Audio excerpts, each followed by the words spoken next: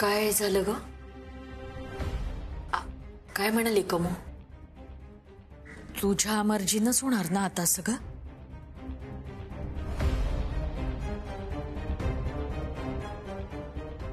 कळलं मला. जाऊ दे. कमूचा ना स्वभावाचा असा आहे बरं का. तिला तिचा शब्द शेवटचा हवा असतो. आपण हारलो असं समजू. नाही आत्या, आपण हार नाही मानायची. आपण फक्त जो एक्सपेरिमेंट करतोय तो थोडे दिवस पुढे ढकलू. अरे पण आपण जे काय करत होतो ते भाईसाठीच करत होतो का नाही?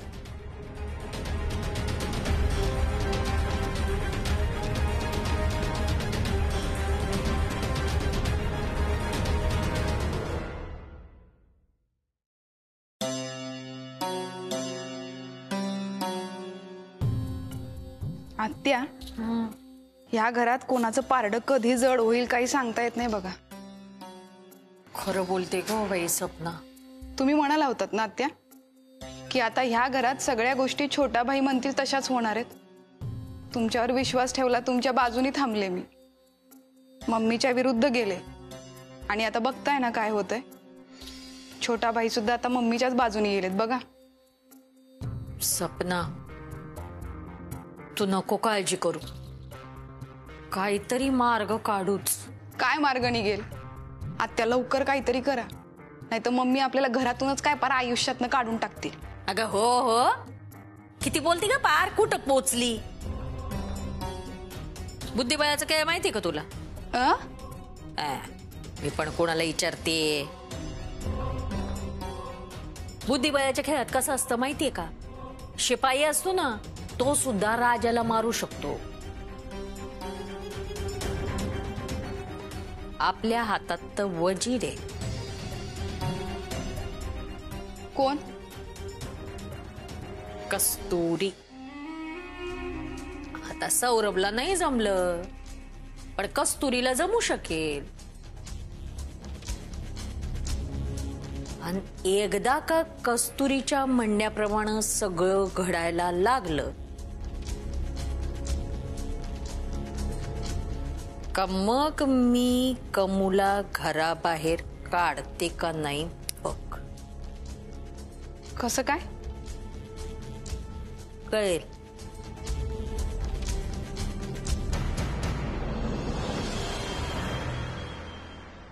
सौरभ, आपण आजपर्यंत एवढे प्रयत्न केले तरी आपण काहीच साध्य नाही करू शकलो रे.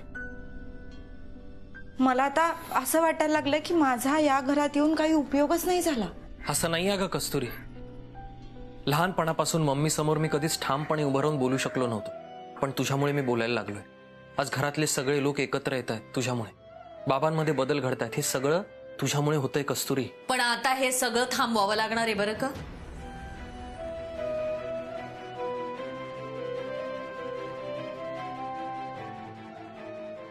थांबवावं लागणार आहे म्हणजे आम्ही आत्ताच मम्मीच्या रूम मधून आलोत आणि सौरभ कमून सांगितलं का हे जे काही चालू आहे ते यापुढे चालणार नाही, सगळं थांबवा. मग भाई उभा नाही राहिला तरी चालेल. काय? हे असं म्हणाली मम्मी? माझ्यावर विश्वास नसेल तर सपनाला विचार बाबा. हो हो, मम्मी असंच म्हणाले आता. आणि कमू असं म्हणाली ना, त्यावर आधी माझा सुद्धा विश्वास बसला नाही बरं का. आणि मला सांग, आपण कशासाठी करतोय हे सगळं? भाई उभा राहावा म्हणून ना? आपला स्वार्थ आहे का याच्यात? खरं बोलतायत आत्या, म्हणजे त्यात आपला काय स्वार्थ आहे नाही का?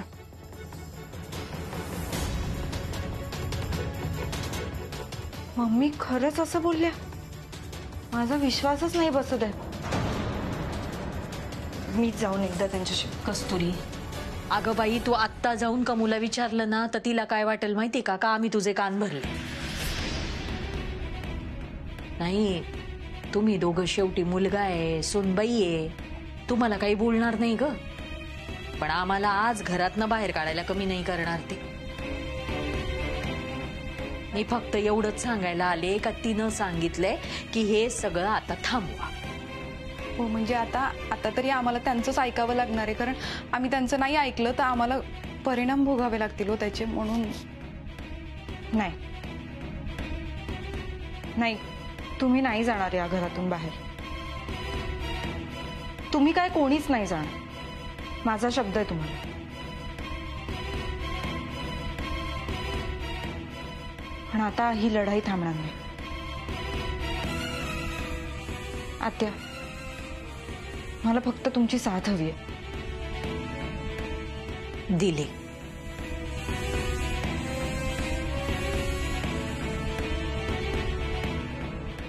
आज आपण सगळे यशाच्या खूप जवळ आहोत. मी आणि कस्तुरी प्रयत्न करतोय, आपण सगळे एकत्र येतोय, नवीन काहीतरी एक्सपेरिमेंट करायचा प्रयत्न करतोय, पण काही ना काहीतरी अडथळे येत आहेत. आता नाही. मम्मीच्या समोर जाऊन उभं राहावं लागलं ना तरी चालेल. अवघड आहे, या आधी कधी केलं नाहीये, पण आपल्याला आता करावं लागेल. मी निर्णय घेतलाय की आपण जे करतोय ते चालू ठेवायचं, थांबवायचं नाही. पण सौरभ, कमून सांगितलंय का हे सगळं आता चालू राहणार नाही, त्याचं काय? आत्या, तिच्या समोर उभं राहायला मी तयार आहे. आणि आत्या, आपण सगळे एक होऊन मम्मींसमोर उभं राहिलो ना तर मम्मींना आपलं ऐकावंच लागेल. एक्झॅक्टली. कस्तुरी, अगं आम्ही तुमच्या दोघांची बाजू घेऊन आधीच कमुशी पंगा घेतलाय, त्यामुळे आता आम्हाला तुम्हीच वाचवू शकता बाई. आत्या ग, आपलं हे घर आहे आणि आपण एक कुटुंब आहोत. आपल्याला कोणालाही घाबरायची गरज नाहीये. तुझ्यासाठी हे बोलायला सोपं आहे बाबा, कारण तू कमूचा मुलगा आहे, पण आमचं काही होऊ शकतं. छोटा भाई तुमच्या बाजूने उभं राहायचं म्हणून आम्ही मम्मीच्या विरोधात गेलो, पण म्हणजे आता आम्हाला भीती वाटते. तुम्हीच आम्हाला वाचवू शकता, कारण आतापर्यंत मम्मी म्हणल तसंच या घरात चालायचं सगळं. म्हणजे मम्मी उठ म्हणलं की उठायचं, बस म्हणलं की बसायचं, आणि आता ते सगळे अधिकार आम्ही कस्तुरीला दिलेत. कारण आम्हाला माहितीये बाबा का कस्तुरी जे काही करते ते चांगल्या चांगल्यासाठीच करते. पण आता कळतंय की आम्ही कुऱ्हाडीवरच पाय ठेवलाय बरं का. नाही म्हणजे भाई उठला की या घरातलं सगळं चित्र बदलेल हे खरं आहे रे, पण तोपर्यंत या घराची सगळी सत्ता कमूच्या हातात आहे हे याटळच आहे ना. आणि याचाच मला राग आहे.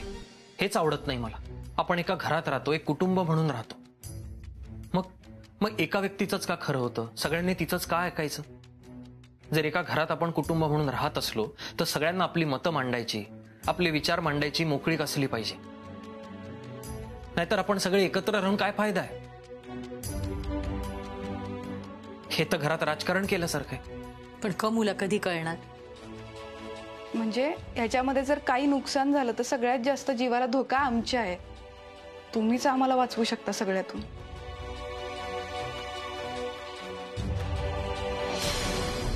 कस्तुरीनं काय जादूटोणा केलाय सगळ्यांवर काय कळत नाहीये. त्या दोघी कालपर्यंत माझ्या बाजूने होत्या आणि आज तिच्या बाजूने सुरू बोलायला लागल्यात. बरोबर आहे मम्मी, पण मी काही बोलू का मम्मी? बोल. नाही म्हणजे राग येणार नसेल तर बोलतो. बोलला नाहीस तर आता राग येईल बर का शिवा. म्हणजे मला असं सांगायचं होतं मम्मी की कस्तुरीने काही जादूटोणा वगैरे नाही केलाय. अहो ती पोरगीच खूप गोड आहे, सगळ्यांशी एवढं प्रेमानं बोलते ना की मग सगळे तिचं ऐकतात. आणि हे आयुष्यभर कोणाला जमलं नसतं आपल्या घरात. हे जे काही तू सांगतो हे असेल ना तर ती पोरगी ठरवून गेम करतीये एवढं मात्र नक्की. मम्मी तुम्हाला असं वाटतंय, पण तिनं तुम्हाला वेगळं केलेलं नाही आणि तुम्ही कधी वेगळ्या होऊच शकत नाही. हे बघ शिवा, तुम्हाला कितीही समजावायचा प्रयत्न केला ना तरी ती पोरगी माझी माणसं, माझी स्वतःची माणसं माझ्यापासून तोडायला निघाली. नाही मम्मी म्हणजे असं काही नाही हो. घरात आल्यापासून फक्त घर कसं जोडलं जाईल हाच विचार असतो तिच्या डोक्यात. सगळं घर एकत्र कसं येईल, कसं राहील ते हेच असतं. मग ती कशी काय घर तोडेल मम्मी? माझ्या हातातनं सत्ता अशी निघत झालेली मला दिसतीये. नाही मम्मी असं काही नाही. आता जे काय चाललंय ना घरामध्ये ते सगळं भाईला उभं करण्यासाठी चाललंय, तुम्हाला बाजूला करायला किंवा घरावर सत्ता मिळवण्यासाठी नाही. मी काय करते मग? हा सगळा जीवाचा आटापिटा जो माझा चाललेला आहे तो भाईला उभं करण्यासाठीच चाललेला आहे ना, का आणखी कशासाठी चाललेला आहे? लहान तोंडी मोठा घास घेतोय मम्मी, पण मला एक सांगायचं होतं की आता सगळी जबाबदारी कस्तुरीच्या हातात देऊन तुम्ही मोकळे व्हा. शिवा, म्हणजे मम्मी मला हे सांगायचं होतं की जेवढ्या प्रेमाने तुम्ही हे घर सांभाळलं ना, कस्तुरी सुद्धा तेवढ्याच प्रेमाने हे घर सांभाळेल.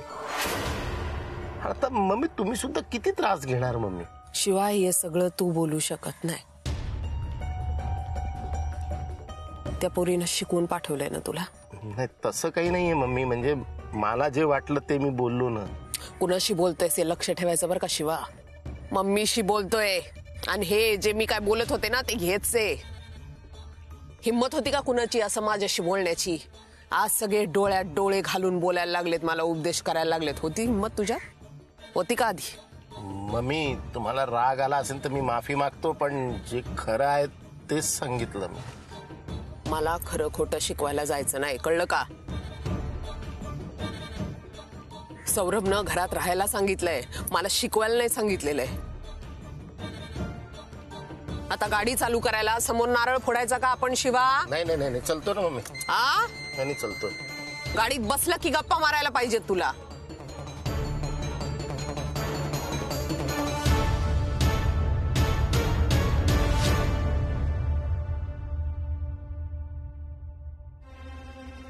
या घरावर माझी सत्ता येणार. कसं सगळं घर आता कस्तुरीच्या भोवती गरा गरा गरा गरा गरा गरा गरा फिरवते का नाही बघ. कमू, तू वेगळी पडली बरं का. तू तिकडेच राह तुझ्या रूम मध्ये एकटी एकटी. आम्ही सगळे इकडे मस्तपैकी मजा करतोय आणि तू एकटी पडलीये, वेगळी पडलीये. मला हेच हवंय. पण कमू, का ग एवढी एकटी पडून सुद्धा तू इतकी शांत कशी आहे? नाही नाही कला, कमूच्या विचारांना उकळी फुटली पाहिजे बरं का. त्यासाठी थोडी मेहनत घ्यावी लागणार आहे तुला. तुला हे बघावं लागणार आहे का आणखी कुठल्या वेगळ्या पद्धतीनं कमूला एकटं पाडता येईल. हा कमू, कमू तुला हे दाखवून दिलं पाहिजे का या घरातली तुझी किंमत कमी झालेली आहे. आणि हे दाखवत असताना कमूच्या मर्जीत पण तुला राहायचंय कला. बाई बाई, या घरात असेपर्यंत ही 2 दगडावरची कसरत मला करावीच लागणार आहे. जमेल का बाई? पण मला जमेल जमेल. जमवेन. कमू, आता तुला दाखवते. तुला एकटी वेगळी पडलेली बघण्याची गंमत येते ना. आता फक्त तुला त्याचा त्रासही झाला पाहिजे. ठरलं, हेच करायचं.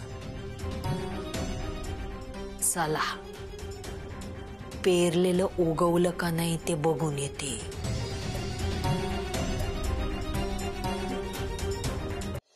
बघतोयस का नाही?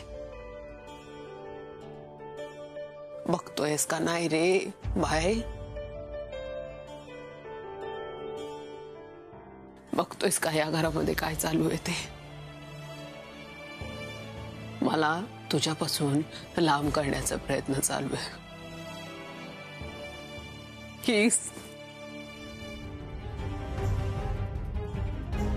किती दिवस सुरू राहणार रे बाबा असं? काय काय करायचं तुझ्यासाठी सांग. या घरात मला घेऊन आलास, किती वेळ दिलास रे मला. तुझा थोडा वेळ मिळवण्यासाठी काय काय करावं लागायचं हे माझं मला माहिती. कधी या गँगचं भांडण, कधी दुसऱ्या गँगचं भांडण. महिनोन महिने नुसता घराच्या बाहेर माझा भाई इथं एकटीनं कसे काय दिवस काढले माझं मला माहिती.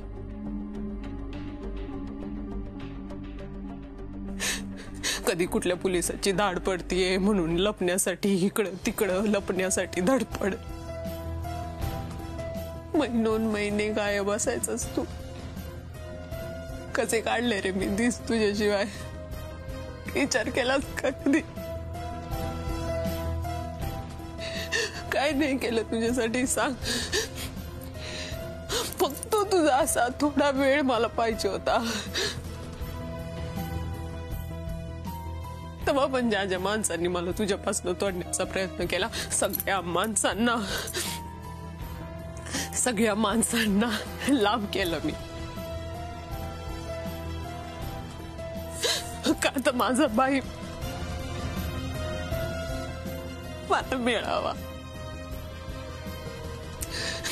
कुठेतरी मनाला आशा लागली, कुठेतरी आशा लागून राहिली. आता आयुष्याचा गाडा नीट होणार बाबा. आता सगळं नीट चालू राहणार. आणि काय झालं रे, कधी तुझी साथ मिळालीच नाही बाबा. तुझ्या बरोबर वेळ घालवायला तरसून राहिली कामिनी, पर कधी वेळ मिळालाच नाही.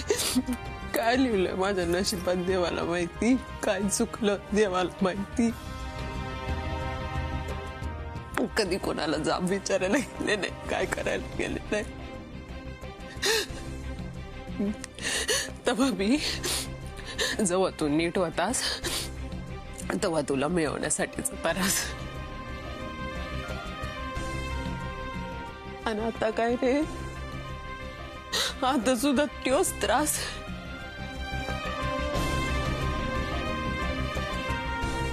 अजून सुद्धा माझ्या सोबत असून नसल्यासारखं आहेस तू. कसं जगणं जगते माझं मला माहिती. आता तू त्रास कुणामुळे? तुझ्या सुनामुळे.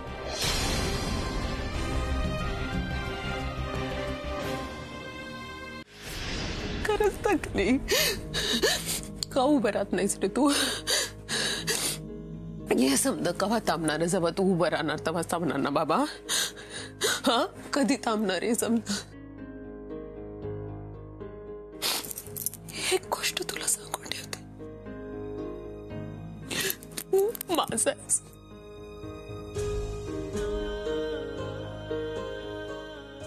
तू माझा होतास, आता भी तू माझा आहेस आणि पुढं भी तू माझाच राहणार बर का बाय. तुझं बरोबर आहे मम्मी. अगं बाबा तुझेच आहेत आणि कायम तुझेच राहणार. कालपासून तुम्ही त्यांना माझ्यापासून लांब करताय. तुला आठवतंय का गेल्या 2 दिवसात भाईजवळ कवा येऊन बसले मी. आम्ही तुला बोलवलं होतं. तू उगाच गैरसमज करून घेऊ नकोस. गैरसमज असेच होत नाहीत. त्याच्या पाठीमाग काहीतरी कारण असावं लागतं. राजकारण होतं तेव्हा काय वाटतं ते माझं मला माहित. आधी मला बोलले बाईला उभा करायचा आहे, बाईला उभा करायचा आहे, त्याच्यासाठी हे समज करतोय. मग ही नाटकं सुरू केली. मम्मी कुठलंही नाटक सुरू नाहीये. तुमचा काहीतरी गैरसमज होतोय. गैरसमज असे स्वत नसत्यात. काही झालं तरी मी माझ्या बाईला माझ्यापासून कोणाला बी लांब करू द्यायची नाही. मम्मी, कोणीही तुला बाबांपासून लांब नेत नाहीये.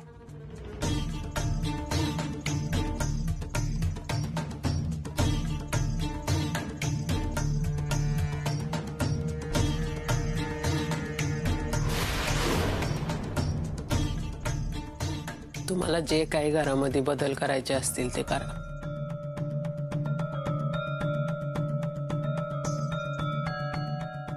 पर आता त्या दोघींना आम्हाला भेटायचंच आहे.